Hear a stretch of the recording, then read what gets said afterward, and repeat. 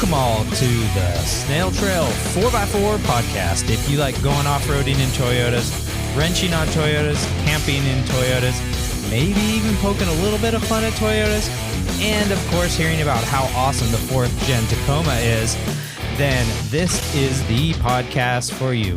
Welcome, everybody. I'm Jimmy Jett, and I'm here all alone today because when we recorded this episode, Tyler and I were so giddy at the conclusion, we completely forgot to record the intro. So here I am. I've got a few little updates for you guys today for episode 408, which is going to be a doozy, one that's going to go down in the record books. First of all, I want to do some quick updates. We've got a lot of stuff going on with the Flex giveaways. So let's see. Let's start it off at the top. The Stackers giveaway is closed. That one that's currently going on the Instagram over at SnailTrail4x4. Currently closed. We will be announcing the winner for that one on Thursday. So keep your ears open there. This week's giveaway, we have two winners. Massive giveaway going on. We are giving away one of the biggest kits that Flex Power Tools make. It includes a circular saw, a reciprocating saw, a grinder, I think the drill, a few batteries, a charger, the bag. It's all got a whole bunch of stuff in it. We are also throwing into this a impact drill because there isn't one of those in the kit, but we feel that this one should have had an impact drill. So we're adding one of those as well. We're going to be posting a reel on the Snail Trail 4x4 Instagram page. I believe Tyler's actually making the reel and he's going to do a collaboration with Snail Trail 4x4, but that is where you're going to go to find out all the details. This is the doozy. This is the one you're going to want to enter. If you haven't entered before, this is what you need to be doing. You need to go over to Snail Trail 4x4. You need to find that post, that reel. It should be the most recent one there. It will be up a little bit after this episode's released. You need to be following Flex Tools. You need to be following 4x4 Toyota Tyler. You need to be following Snail Trail 4x4. And all you need to do is tag one friend down in the comments. And here's the fun part. We're giving two of these kits away, you guys. We're giving one away to you, the poster, and one to the person that you tag. So tag all your friends, tag everybody that you know, because you want to get in for this one. Get as many entries as you can. Please don't tag people that we can't get a hold of. A lot of people have posted for Trump. A lot of people have posted for some of the old school Top Gear guys. We had Katy Perry. We've had some other random tags in there. And there's no way that we're going to be able to get a hold of those people to give them a kit. So please post people that you know, please post people that are real people, and we are happy to give kits away to you and the person that you tag. So we're super excited for this one. Massive thanks to Flex and everything that you guys have been doing and sponsoring us on this adventure and the Power Tools month that's going on, and we're super happy to share this with all the listeners. We also have the monthly Snail Squad giveaway happening, which has a few more tools than what we are giving away in this week's giveaway. But you can enter into that giveaway. It's the monthly drawing over on iRate 4x4. You scroll down to the watch, listen, and discuss section, and then click on Snail Trail 4x4 podcast. And then on the mobile, it's all the way at the bottom for the signups. And on a desktop, it's on the right side. Enter in that $10 monthly giveaway, and you can get entered to win almost everything that Flex has out right now, minus the Flex stacker packs. Also, a reminder that I am going to be out at Fastener Tool Outlet on July 15th. We are going to be highlighting and showing off Flex Power Tools. I'm going to be out there with Lawless Corey. We're going to have tacos. There might be some cervezas. We're going to have massive discounts on power tools. And you're also going to get to test them out. Maybe do some comparisons between some of the other brand names out there and compare them against the Flex tools.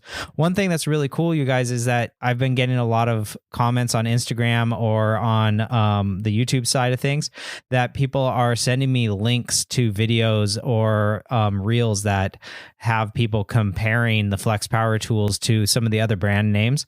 And it's quite shocking to see the outcomes of them, with Flex beating the pants off of everything that's really out there. So I appreciate you guys sharing that with me. I know that a lot of people have a lot of different brands and are pretty brand loyal, but these power tools are pretty outstanding. So if you aren't brand loyal or you're really looking to get into some power tools, make sure to check out Flex Power Tools. They're outstanding. All right, so we got 2 more small little updates. Remember to get those reviews in on iTunes or Apple Podcast, and we're going to be doing drawings every 50 reviews. And I don't know exactly, I didn't look up what we're at. Well, maybe we'll do it on Thursday coming up here, but we're probably coming up to 550 here soon. So we got to do a drawing for that for a swag pack. But once we get to 750 reviews, we're giving away a set of Yokohama tires, pretty much any tire you want, minus some racing slicks or custom compounds. You can choose almost any tire size, any style tire. I believe it's a set of 4 for you. But super, super big thank you to Yokohama for giving up 4 tires to a lucky winner for leaving a review. We also have the Super Winch group buy happening. So if you guys are interested in getting a winch, contact Tyler. You can email him, Tyler at SnailTrail4x4.com, or message him on Instagram, 4x4 Toyota Tyler. And he's the one that's organizing and getting that group buy together. He's the one that's keeping track of everybody's names and everything going on. But if you're interested in getting a winch, hit him up because we are going to be getting a pretty stellar deal on some winches here coming up. All right. I think that's everything. I appreciate your time. I know you want to hear this information that we talked to Cody, the lead of marketing, the marketing manager for the Toyota Tacoma. We are blessed to be able to get in contact with him. Super stoked to be able to share the story from Toyota directly about the 4th gen Tacoma and all the new updates and everything that's going on. So let's just jump into it right now. We'll hear a quick message from Brian, and then we'll get into the interview with Cody from Toyota. Are you tired of landing in potholes and bouncing off obstacles? To play at your full potential, correctly tuned coilovers allow you to float over the rocks and gain more traction. At 4-Wheel Underground, our full suspension systems include custom-tuned coilovers for your specific application. To learn more, visit 4wheelunderground.com.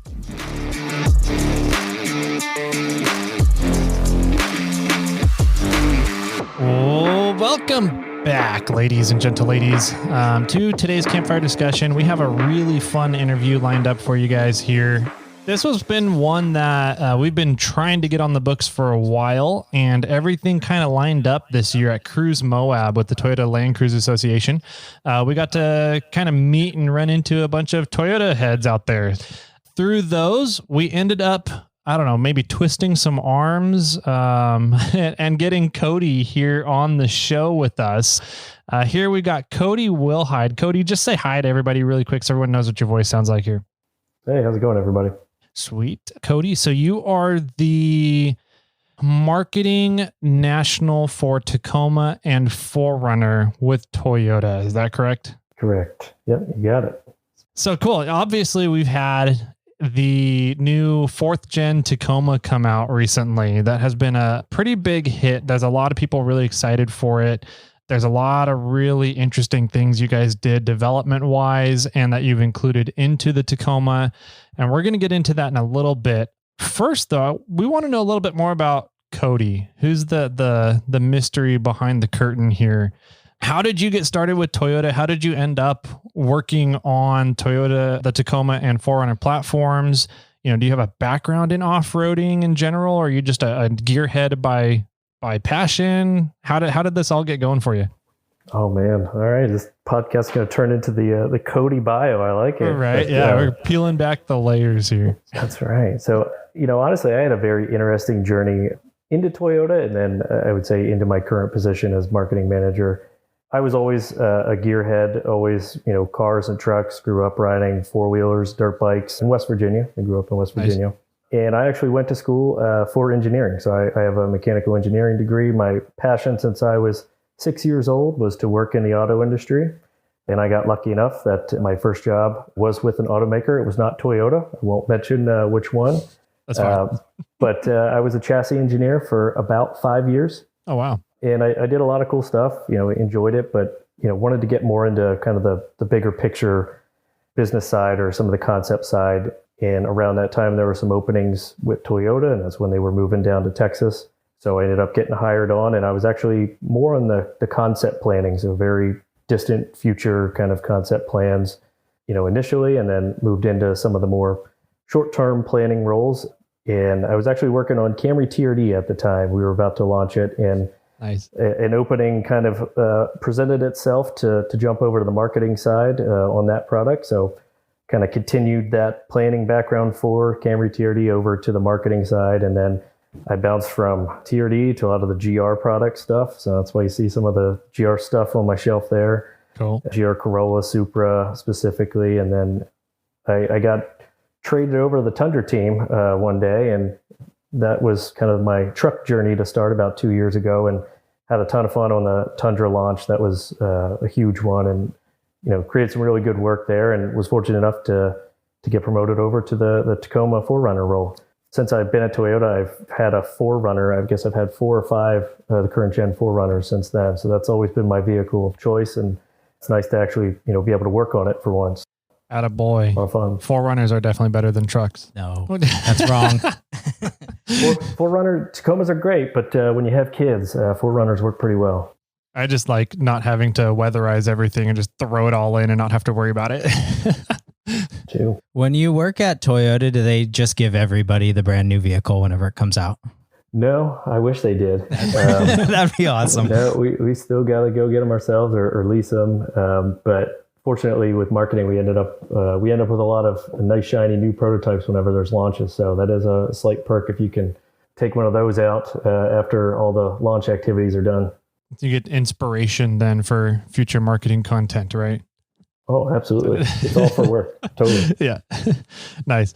That's cool, man. So you worked on the Tundra. Was that the latest model, the 3rd gen?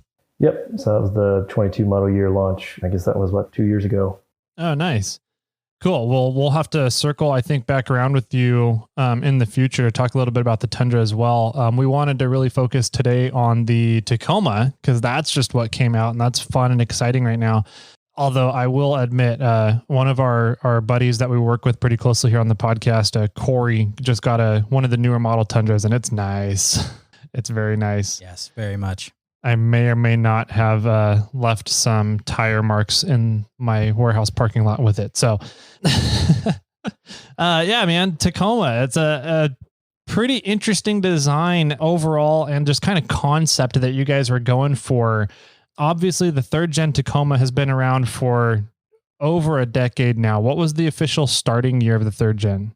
16. I believe 2015 into 16. Yeah. 15 to 16. Yeah. Gotcha. So the 12 and 13 was still the 2nd gen then, huh? Yeah. 2nd gen started about 05. Gotcha. Cool. So we're coming up on a decade then here. What were you looking at? Do you know between the 3rd gen and 4th gen, kind of what changes you guys wanted to make? What was the thesis behind trying to figure out what you guys wanted to come out with for the 4th gen? Yeah. I mean, a lot of that stuff actually starts, so far back. So that would have been probably 2018, pretty soon after the 3rd gen launch. But, anytime you're talking about a model, a nameplate like Tacoma, there's a lot of concepting and a lot of research and consumer listening that we do to go into those concepts. When you're talking about something that's as important to the Toyota truck brand and the Toyota brand as a whole, it kind of takes it to another level, almost of pressure, but also what you expect to do with the each generation. So with the 4th gen, I mean, it was really making sure that we're keeping what makes Tacoma so loved by enthusiasts, so successful, keeping that intact, but really evolving and taking it to the next level. I mean, when you think of the Tacoma-ness, I think as, we've been referring to it as, one of the big things, obviously, the capability and the off-roading, capabilities of it are utmost importance there. But it also starts too, when you look at the truck and just that first reaction you get from it has to be that's clearly a Tacoma.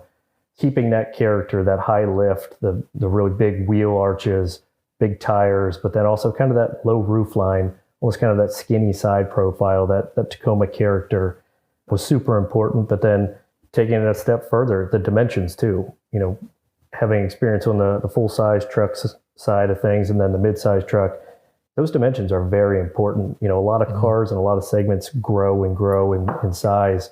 with a mid-sized truck, it's really important that it fits in the garage. You know, you can open the doors in your garage or when you're in a parking spot compared to a full-size truck. This truck is nose to tail. It's exact same length as the current gen. It didn't grow. But then, you know, improving that performance, the track is about 3 inches wider for even the base grades compared to current gen. But then when you think about the door openings, they actually, you know, it flares out around the tires, the wheels, but it actually kind of tucks back in to keep that door opening and ability to, you know, that garage ability that everybody, you know, wants so much in this truck. Interesting. It's got that hourglass figure. It really does. If you see a top view, you can. It's very pronounced. Wow. But you know, that was a big one. And then, like I said, you know, fixing some of the shortcomings of the current generation, whether it's powertrain or the transmission, the gear hunting. You know, fortunately, you know, I don't know how much you've seen of our chief engineer Sheldon Brown, who's super passionate about this truck, eats, sleeps, and breathes Tacoma. He's also been a driver of Tacoma for a long time. He knows every little issue, every nagging issue, and those are, you know, first and foremost on the list of things to improve on. So adding that iForce Max powertrain and even the core iForce engine, you know, you're not going to have the gear hunting issue anymore. Nice.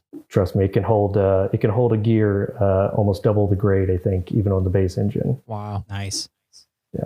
So this generation of Tacoma is a complete overhaul, right? Because we're now 100%. changing chassis Yep. to some extent, and you're moving from a dedicated chassis for the Tacoma, and you're putting the Tacoma branding onto a Tundra chassis. How did all that work from the Toyota side of things, from doing the overhaul? Did you just start all new, or did you already, since you kind of said we had a size requirement, but you're putting it on a bigger chassis? How did that work out? So the concepting, like I said, starts probably 2019, 2020. The platform planning starts even sooner than that. And right from the start, the goal was that, you know, this new TNGF platform was going to be shared across, you know, all the body on frame trucks. You know, there had to be some kind of efficiency and commonality between them. So they were made that it could be scaled up and down. So the Tundra platform is also used on Sequoia in our market. And then Tacoma will be the next one. Same thing, box steel frame, but shortened for the midsize. But when you look at the actual, like the frame widths, you know, it's the same between the two. Everything designed for hybrid powertrains.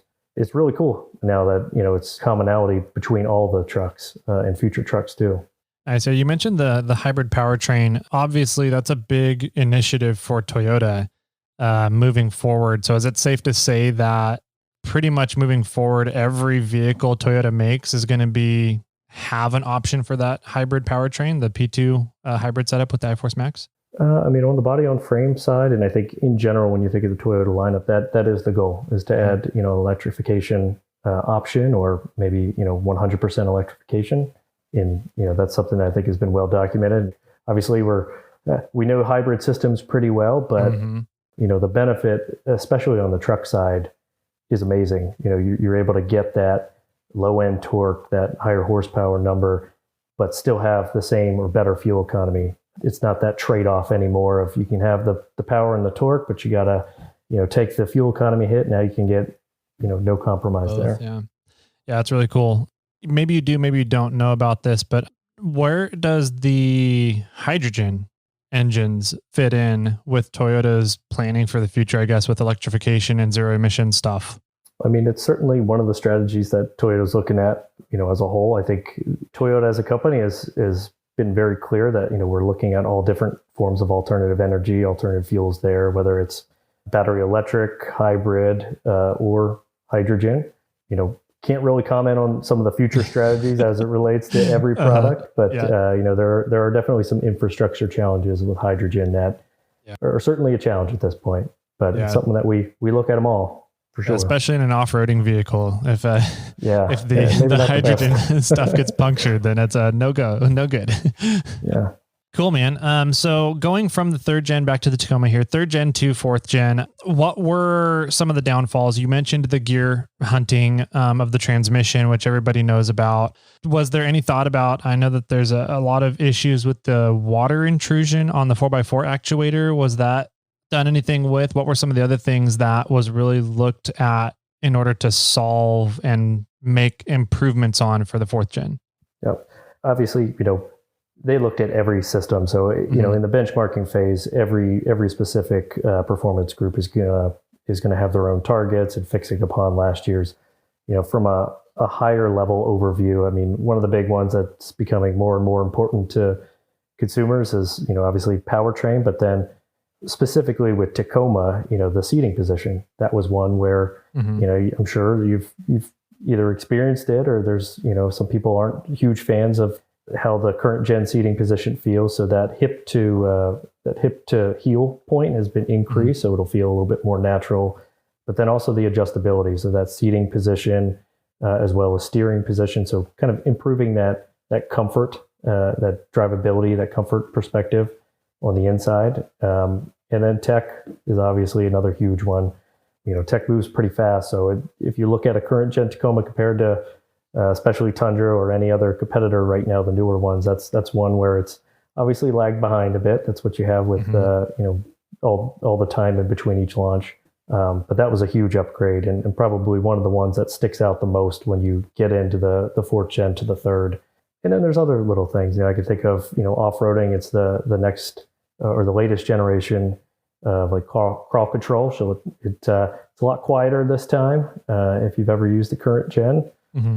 But things like that, just much more refined. And then, taking that performance to another level with TRD Pro and the Fox QS3 adjustable shock. So it's I would say anything that you like about the current gen has been cranked up to 11, and I'd be very surprised if there was a gripe, if it wasn't fixed with this one. I've always found the seating position normal, but that's always because I've been a Toyota driver forever. Yeah. And that's just been, they're a little bit more reclined, a little bit more laid out, more race car almost.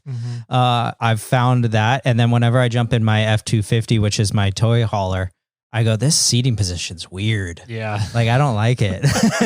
And so I think the gripe is a lot of people coming from another brand, somebody that's used to a little bit more upright kind of seating position, coming to the Toyota line and going, this isn't normal, where it's always been that sort of direction. And now it's kind of funny that you mentioned that, because I think now Toyota is sort of catering to these people that are leaving other brands and coming to Toyota and trying to make a more universal, comfy seat for at least the US market, for sure.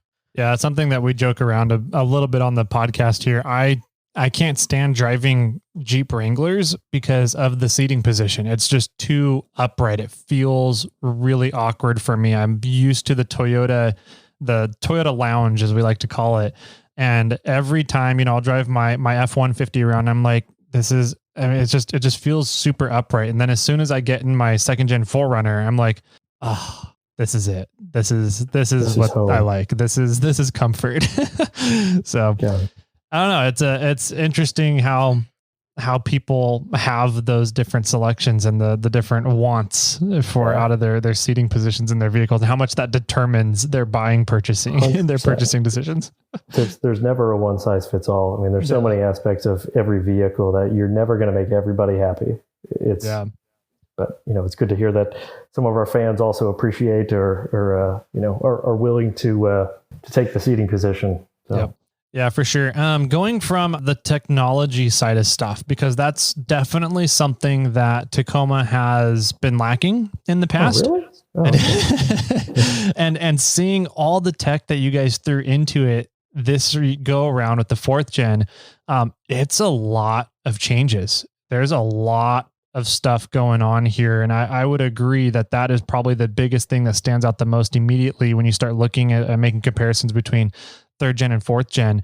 Walk us through a couple, some of those big changes in tech, from the off-road ability to the creature comforts in the cabin. What are some of those tech changes that were made? Before you go there, sorry to interrupt. The 3rd gen and 2nd gens were so kind of rudimentary. Was there sort of a thought from corporate that this is a work truck, not somewhat of a off-roading luxury kind of truck? Because, it wasn't until this year, the 2023, that they got electric seats, and they still had drum brakes in the back. And, there's all these sort of I'll go say Drum brakes archaic aren't, the latest features. technology, really. Yeah. Was there a view of corporate that the people that own Tacomas didn't really value those or see the need for those?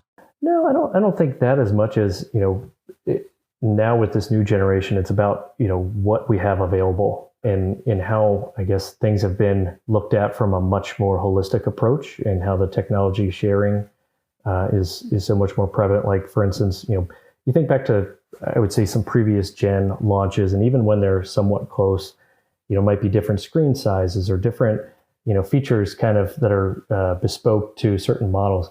We're taking a much more, I would say, commonality approach in a good way of like, it's the same 14-inch screen coming from Tundra. So it's a much bigger picture that we're able to share some of these things.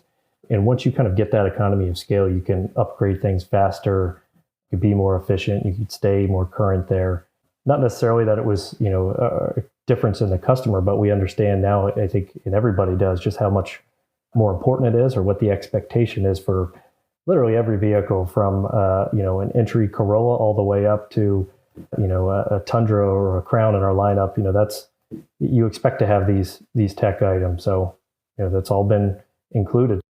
Yeah, understand. Okay, cool. Why don't you bring us to the 2024 Tacoma, and let's talk about a little bit of the new advanced tech that's inside this truck. Sure. I don't know if I've ever worked on a model that's more packed with things at, I would say, every aspect. I mean, even just starting from the outside, one thing that, always seems to get a smile on people's faces is the power open and close tailgate. I mean, all the way, just to that, you have the bump switches on each tail light. You can open it from the remote, the inside, and if you're carrying something, or you're removing something from the bed, you can do a knee bump and it'll close on its own there. Still in the bed, you have same LED lights, but now we also have a 2400 watt power supply. Oh, that's nice. I'm glad you guys finally upgraded that. I didn't hear about that one. Yep. So gas models, it's 400 watt, and now on the hybrid models, it's 2400 watts. So that's huge, especially in this segment. It's the same composite bed. It's an updated and lighter composite bed, but same durability requirements on this one. You can have an integrated compressor on the Trail Hunter, as well as DC power supply on that same side available, and deck scene lighting as well too, standard on the Trail Hunter. Wow. And that's just on the exterior. Yeah. What's the CFM on the air compressor? I'm not sure. I have to look that one up for you. Okay. I could see if I can find that one. All right. What about the amps wattage allowed on the DC port? I don't think we've actually released all those specs yet. Oh, okay. Yeah. That's fine then. Yeah. More to come on that one. But yeah. That's huge. As more and more people are getting into overlanding, I know that there's always people that are looking to integrate more technology into their camping, whether it's lighting, whether it's charging devices, cameras, GoPros, drones, whether it's charging phones, laptops, tablets. Running a blender so I can make margaritas. There you go. Blenders, Absolutely. margarita blenders. Having more options for 12 volt hookups and 110 hookups on the exterior of the vehicle, I think is a really, really smart move in doing with the Tacoma. So kudos there. What else do we got? What other kind of things? So moving on to the inside, I mean, creature comfort wise, like I said, there's a standard 8-inch screen. Then you have the optional or available 14-inch screen on some of the mid and higher grades. Mm-hmm. There is the 12.3-inch digital gauge cluster now. There's the mode switch. So now, you have a much better readout, but then, better mode switching and ability to control from that knob, whether it's the multi-terrain select, crawl control, downhill ascent, everything is now kind of centrally located, as well as stabilizer bar disconnect. That's right. Electronic lock and rear. Yep. Mm-hmm. So everything's located in the center console. It's kind of the hub for all the driving mechanisms. And then even for limited, you get additional modes with the adaptive variable suspension system. So you can control, it not only does your throttle mapping and steering, it's also your damping too. So you can do a sport, comfort, and I think sport plus and custom as well there. Does that actually, is that changing the valving of the shocks electronically through like electronic inboard valving on the shocks, or is that more due to airbag differences? So it's actually the valve controlling. So this one, nice. Tacoma does not have air suspension available. Okay. And I will say there was a definite target or direction to really distinguish each of those driving modes too. So a lot of times you have those modes and it's, you switch them and it's like, okay, I guess I'm in sport or comfort. I could, if I really focus on it, I could kind of feel a difference. That team really wanted to make it a distinct driving experience for each and really separate those. So I think people are really going to appreciate what they feel out of that and the driving experience there. But yeah, there's a ton of stuff that we can go into. I mean, the other obvious one is on the TRD, the isodynamic performance seats. I mean, that's a super cool one. I don't know how much you guys have read into that, but you have the air over oil, vertical and horizontal shocks there, and the adjustability and the way it's designed to really stabilize you and kind of keep your eyes focused and reduce the fatigue for off-roading, whether it's low speed and large inputs or high speed over like a whoops kind of section. That's pretty cool. And I think people are going to really have some fun with that one. I really, really like the thought put into the shape of the seats. It looks like they will definitely, hold you in place, like they hug you while you're out on the trails. Cause that's always a big thing. Like you said, from low speed, high impacts or rock crawling type of stuff to high speed going over the whoops or just, rocky terrain at higher speeds, you need your seat to be able to hold you in place. And so the shape of the seats in the TRD is really phenomenal. It looks really well done. And I'm really curious to see how those, I keep wanting to call them suspension seats, but they're not suspension seats, but they have the suspension built into them. I want to see how those end up working out. And now if they really turn out working as well as the theory puts them to. So do you know if those seats, are they a solid bucket or do they have some reclining action to them as well? How much adjustability is in those? Yep. It's, same adjustability as the others. It is manual angle adjustment, but it's still same power up, down, heated and ventilated. Oh, wow. It has larger side bolsters. So that is going to help kind of keep you in place laterally, but you can also adjust the air canisters too for both directions. So that'll be, there'll be some, recommended specs done by weight so that you can, stiffen them up or reduce it or even lock them out if you don't like the feel. Or if you want to try kind of, on and off to understand benefit and, what you like better. There's a ton of adjustability there. And I think we have some pretty cool things planned for, how consumers are going to be able to experience it, since not everybody's going to be able to go blasting out through the desert at 60 miles an hour like they're Ivan Stewart. So yeah, we're working on that one. I think we're going to have a lot of fun with it. Nice. Yeah. Do they lean forward? Like if I know they can do a reclining action, but can they come forward if somebody wanted to put them in an access cab or extra cab or for like a mini truck? A mini truck, yeah. I guess we'll have to see. Okay. But they're direct bolt-in. That's cool. It would be really neat to be able to program and set programming on the seats for the air over oil pressures, and then tie that programming to the different modes of the vehicle, the mode selects on the vehicle. You guys can get that going. That'd be great. I'll write that down. I'll take a royalty for that one later too. So I'll just say it came to me during lunch. Yeah. So cool. The seats sound awesome. There's also, let's see, what are some of the other things? Well, let's move to drivetrain. Okay, let's do drivetrain. There's really only one general engine option, 4-cylinder, but there's different variations of it. Are there different actual blocks to this engine? No, so it's the same engine block between all three. I guess you can look at it as kind of your core or a base core, and then the hybrid version of that. And then two different transmissions. You have the 8AT and of course the 6MT that I think we're all very excited about. That also includes the second generation intelligent manual control as well. Explain all that. Why are you guys so excited about it? And what is the second generation manual control? Well, we're excited because we still offer it. If you look at all of our competitors, it's not a normal thing to come out with a new generation right now and still offer a manual transmission. Mm-hmm. But I would say Sheldon's probably the most hardcore fan. He drives a manual transmission Tacoma himself. It looks like we have a hand up there too. Yep, so my third gen's a manual. Yep. So there's still people out there, and that's really one of the themes with Tacoma is that there's a Tacoma for everybody. Even if you like manual transmissions and you know how to use that crazy third pedal that's sitting in there. I leave my truck unlocked all the time. Nobody ever takes it. It's weird. You don't know what to do. It just doesn't start for some reason. There's no start button in my truck. Right. It's a key still. Yeah. So this, and the other part too there, so the intelligent manual, so rev matching, and I think it also has an anti-stall kind of feature on it too. But when you want to have some fun with it, you're doing the rev matching yourself, that's great. When you're tired or you have a kid screaming at you from the back seat and you have a headache and you just want to drive and not, have everybody bucking forward and back with every shift, you can hit that and it'll rev match for you and keep everything nice and smooth. Wow, that's pretty cool. That's interesting. That's cool. Yeah.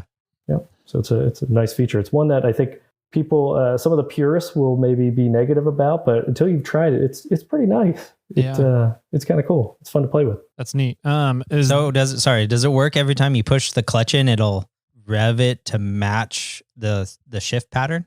Yes. So like whatever gear you're going into, it'll kind of keep that RPM at right where, based on the speed of where it should be, and downshifting and upshifting. Yeah. That's cool. That's really interesting. And okay. It's I want to try too. that. Yeah. Yep.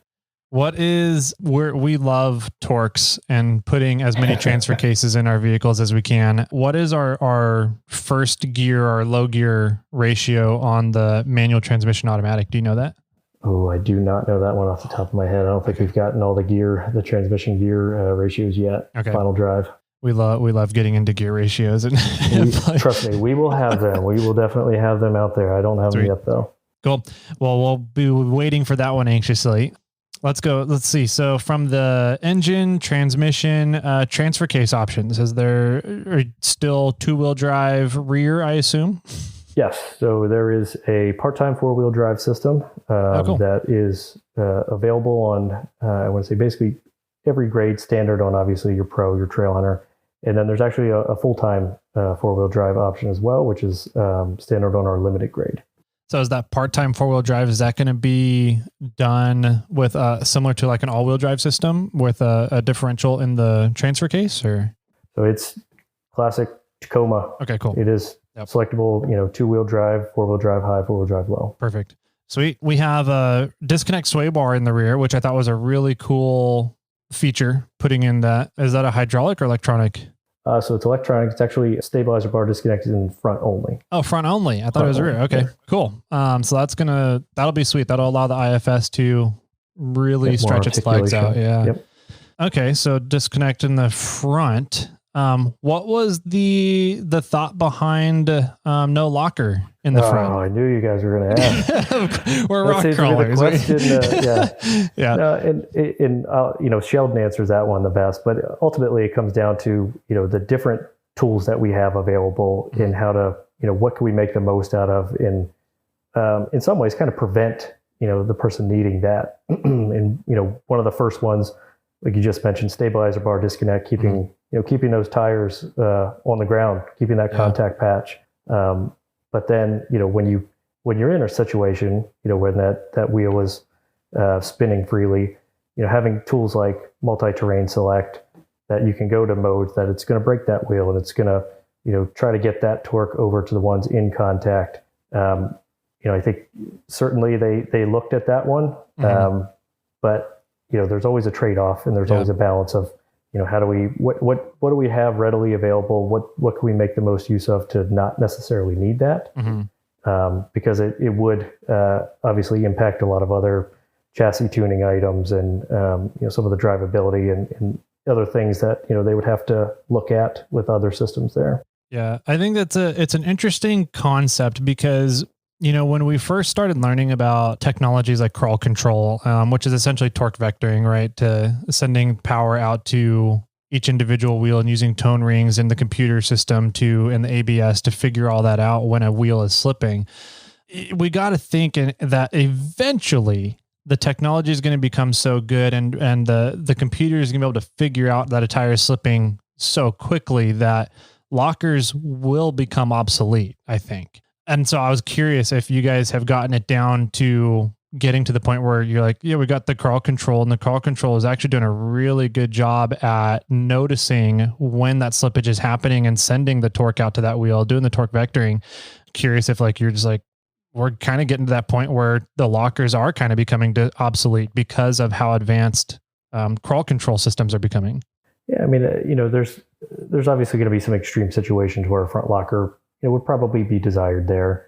But like you said, the crawl control is getting so good. The way the computers can control and monitor each torque sensor at each wheel, the slippage, apply the braking. It's pretty good, I would say, for 98-99% of the time. Mm-hmm. Not to say that there isn't still a need for a locker, but we also have the aftermarket. We know that there's those people that are going to the extreme conditions that are going to be using them or really need them. They're going to be doing a lot of other stuff too. That they would maybe it's more efficient for us to focus on some of the other things and look at the aftermarket for support there or potential future product offerings. But is the crawl control options going to be available in in the manual transmission? Because it's currently not. I believe so. I'd have to confirm that one. So there will be a manual TRD Offroad, but because of the throttle management, crawl control might not be available on that one. Yeah, that's part of my argument for the locker. Yeah, that's true. I don't have any crawl control options in my manual 3rd gen because it's a manual and that it's the transmission and T case and lockers and everything's not connected by the computer. Well, it probably is to some extent, but you know what I mean. So there's the sort of a small gap there because if somebody's getting a manual, they're missing out on some of that crawl control. I need to have that locker in that essence for that direction. So the situations. Yeah, that's the kind of situation. Because I don't have the brains of the computer driving my vehicle or helping me out when a tire is slipping.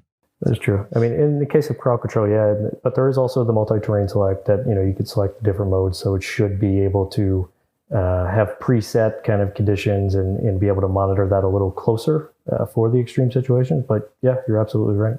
For those people, crawl control isn't so much a benefit if you don't have it. Yeah, definitely. Is the 9.5-inch rear available in all options? And follow up with that is do you know the size of the front differential? Ooh, so the 9.5-inch rear is available, I believe, on SR5 and up. Nice. I do not know the front diff size. Okay. I don't have that one in front of me. Cool. Neither do I. Yeah, I don't either. What about, let's go to tires and wheels. What's coming stock on our different trim models for tire sizes? Can we easily get up to 35-inch tires? What's the limit of the wheel wells and the chassis for tire sizes, stock from the factory kind of thing? Well, I mean, I don't know how much legal would like me talking about that, but I'll say, so we do offer up to a 33-inch tire. Okay. On the Trail Hunter, TRD Pro, and TRD Offroad hybrid grades. So we'll definitely fit a 33 from the factory. Cool. Now, I don't know if anybody's ever been crazy enough to put a larger tire than what the factory suggests, but I've been told no, never. that theoretically, you could probably put a 35-inch tire on and fit it within those large over fenders and wheel wells. That's fair. Can neither confirm nor deny that. There's no way anybody could ever test that later on. Uh-huh. But other grades, I believe, will get a 32-inch tire. Cool. So a little bit smaller. Okay. And that's your TRD Sports SR5 limited. Nice. I heard I saw, and it's been a big talk, a big chat about the kind of the pre-runner model that you guys are coming back out with. You want to explain that one a little bit? Sure. So we are offering the pre-runner for the first time since, I believe, 2nd generation was the last time it appeared. And I'll be honest, I'm really excited about that one. That's probably the one that I geek out the most on, even though with kids, there's no way I would ever have a 2-passenger truck. But, TRD Pre-Runner is going to be offered exclusively with the extra cab configuration. So that's a 2-seater, 2-door with the 6-foot bed. But it looks awesome. I mean, it's got the kind of more old school silhouette, regular cab silhouette, but with the added cargo kind of functionality behind the front seats. So you have a nice lockable rear panel that opens up. It has MOLLE panels kind of integrated in there, and then you have these nice deep floor cabin kind of areas there. One lockable. And then on the sides, so where a door would be, there's also some nice storage areas there. And the passenger seat actually folds down flat too. Oh. So it helps, to access things, but also use as, a little workstation or, just to pile more stuff on if you have to. But yeah, the TRD Pre-Runner is a kind of interesting combination of extra cab, but then you get a more aggressive tire, still 32-inch, unique wheel, a slightly lifted or raised front suspension, and you get the electronic locking rear diff too, which is really cool. And it's 2-wheel drive only, but it's a really nice looking truck. I think it's the one that's going to surprise people probably the most when they see it in person. Yeah. Is there any changes to the drivetrain from the other trim models for the engine, transmission, anything like that for that Pre-Runner model, or? Nope. So it'll be the same core gas engine. So that's the 278 horsepower, 317 pound-feet with the 8AT. Okay, cool. Yeah, that one's a fun one to bring back into the lineup and get out there for the desert running diehards out there. So yeah, that's cool. It's one of my favorites. I would say that's my close second favorite. Yeah. So what about going back to a little bit about creature comforts? What about some of the other fun things like and there's a speaker in it now? Yep. So we have the JBL removable JBL Flex Bluetooth speaker that's removable, and it is actually, when it's docked in the vehicle, it's your center channel speaker located just behind the screen on the dashboard. And then when you're at a campsite or just doing something in your garage, whatever, you can pop it out. It's fully charged. Connect to a Bluetooth. You can link up to other JBL Flex speakers. That's cool to create a stereo. Yep. I think you can link up to 100, I believe. Holy crap. So that's quite a big stereo. I can just imagine all of all the meetups from here on out. Everyone's going to be connecting their speakers together. It's going to be a battle of Bluetooth to see who's going to be playing the music. Connect and steal them. No, but so that was pretty cool. I think it's just another fun way to, we want to make sure people are getting out with these trucks, having fun, using them, adding as many little features as we can to improve the experience. That's cool. What about connectivity with phones? Obviously, Bluetooth is highly integrated into the vehicle. There's a phone app that we can use. It's a subscription base, I think you were talking about earlier. Yep. So there's the Toyota app that is, there's a free trial, and then it's a subscription where you can lock and unlock your vehicle. You could check different stats. You can start it to get it warmed up, all from your phone, which is really nice. Along the connectivity, there's also the wireless Apple CarPlay, Android Auto, wireless chargers or wireless Qi charger on in the center console, as well as fast charging USB-C ports as well, actually designed for like tablet devices. So, cool. You're not just going to kind of hold a charge on your iPad anymore. You can actually charge things and especially fast charge your phones too, which is pretty cool. Nice. I know that a lot of wireless chargers have issues with thicker phone cases. Do you know if the wireless chargers now are doing better with thicker phone cases? Because I know a lot of off-roaders specifically buy thicker phone cases so they can handle drops and impacts a lot better, but then that impacts the wireless chargers in these vehicles. How's that working out? I think that's one that we're unfortunately just limited by with, the wireless nature there. If you want wireless, you have to live with that, or just, plug in a USB-C cable or, USB-C or A, whichever you prefer. Sweet. Yeah. I think that's a good move to obviously have the Apple CarPlay, Android Auto in it. There's a lot of different apps that are creating a seamless environment with Android Auto nowadays with their app. So you can pull up and run stuff off of the car's infotainment center quite easily. So that's a cool feature to finally get fully integrated into the tacos. Let's see, what other creature comforts are there? Other fun stuff for people, because the auxiliary switches. Talk about those. So certain grades, we'll have 3 auxiliary switches on the little panel to the left of the steering wheel. Okay, and they're wired for pre-wired for whatever accessory you want to add. I believe it routes to rear and under the hood. So you're adding different lights, whatever else you have your switches ready to go for you there. We also have specifically on Trail Hunter, so we have a big key part of this development too with some of the partner integration. We have rigid fog lights on Trail Hunter and TRD Pro, and one thing that's kind of unique with the Trail Hunter is you can actually switch them between the white kind of cool color or a yellow color. Oh, nice. White or amber, dual color. That's sweet. Yep, really cool. There's no shortage on this truck. So let's talk a little bit about Trail Hunter here real quick. I first learned about Trail Hunter out at SEMA last year. I got to talk to a few of the Toyota people out there.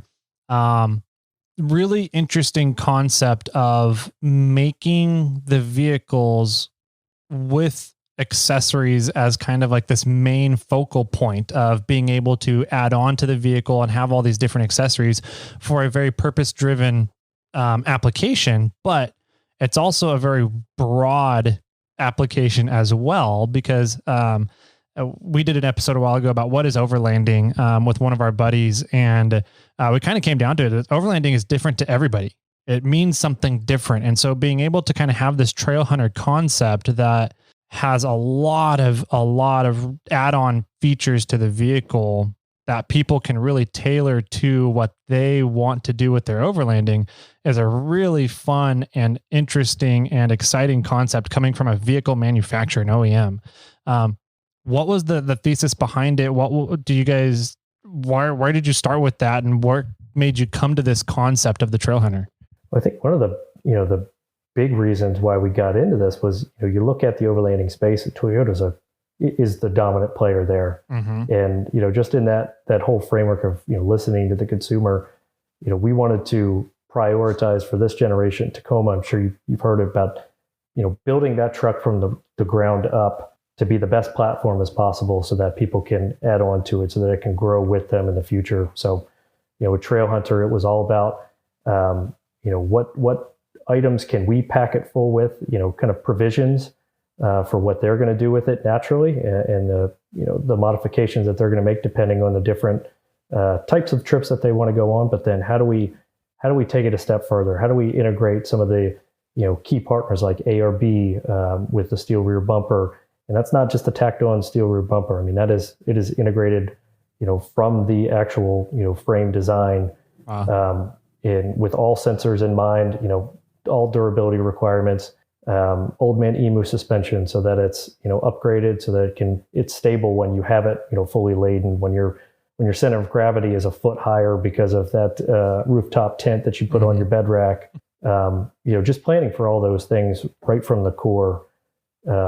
And having that available as that turnkey package for, the person that might want to get into overlanding, but they don't know how to, they don't know what they don't know. They don't know where to go to for all these different specs and how to modify it. So we give them that platform to say, hey, here you go. We've already thought about all this stuff. Now you can pick, the bed rack, the tent, the fridge, everything's ready to go for you.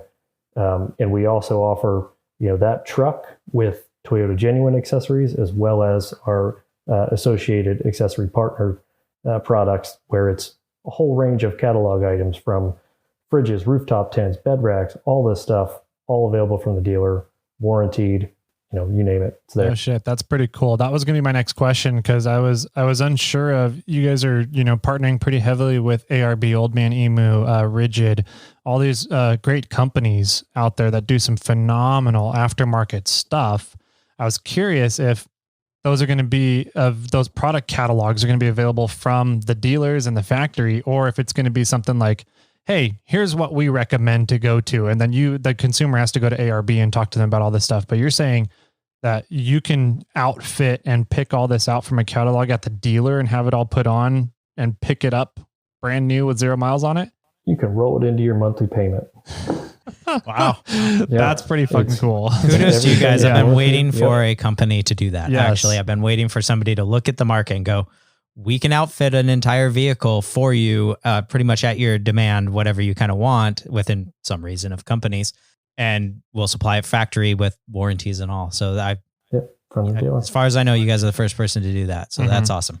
And it's cool because it's an ongoing program too. What we have now is there's going to be more in a few months, and it can grow and, really, go down, a specific path for overlanding or, different routes there. But yeah, it's all with the consumer in mind. It's pretty cool. That's pretty phenomenal. Nobody's done that yet. Just like Jimmy said, we've been waiting for it. So that's cool.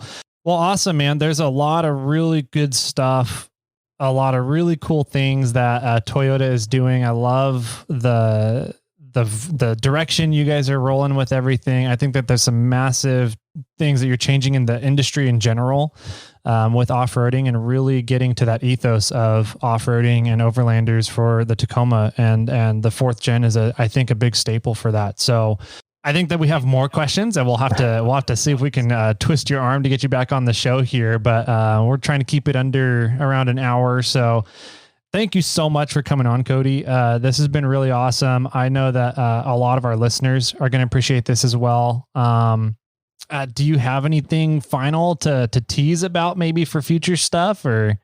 Oh man, there's always stuff to tease, but right. I appreciate the opportunity. I'm glad you guys are excited. I would say just, there's a ton of coverage of this thing. Check out some interviews, with Sheldon, where he goes, into so much detail from our reveal event a few weeks ago, and just stay tuned. We have lots of cool announcements. I think one coming very soon, specifically for Tacoma. So awesome. Yeah. We'll get some of those interviews, put them down in the show notes for everybody out there. And we'll see if we can get you back on in future here for some of the new fun things coming out. So yeah, anytime. Cool. If anybody had questions about stuff, is there a way for them to reach out to Toyota to get those answered? Or is it just kind of, there's a ton of coverage out there and just go looking at the interviews and the different media coverage that's come out about it so far?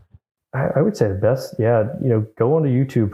There's whether it's our channel, there's a lot of videos there, a lot of deep dives with Sheldon, I think, where he answers a ton of questions, but, all the different interviews that were done at Reveal and all the press kit materials, the specs, the press release, there's a lot of detail in there. So anything that we've released so far should be pretty good to refer to. And then we'll have a lot more this fall when we get closer to on sale. Awesome.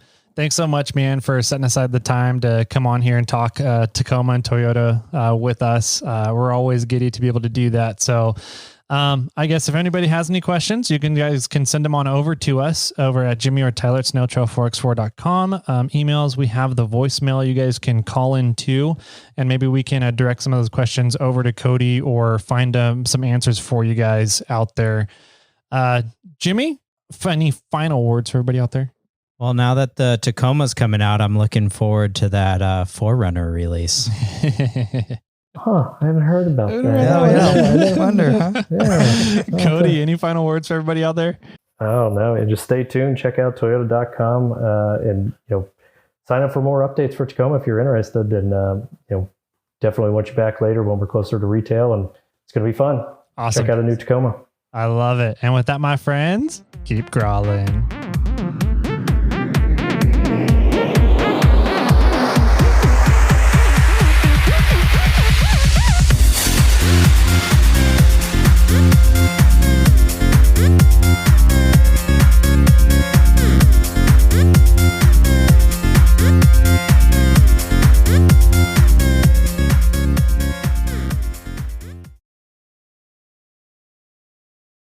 I was once addicted to soap. Oh, geez, here we go. But I'm all clean now. It's a solid one. I may end up using that tonight. It is bath night at my house for tonight. So. Perfect.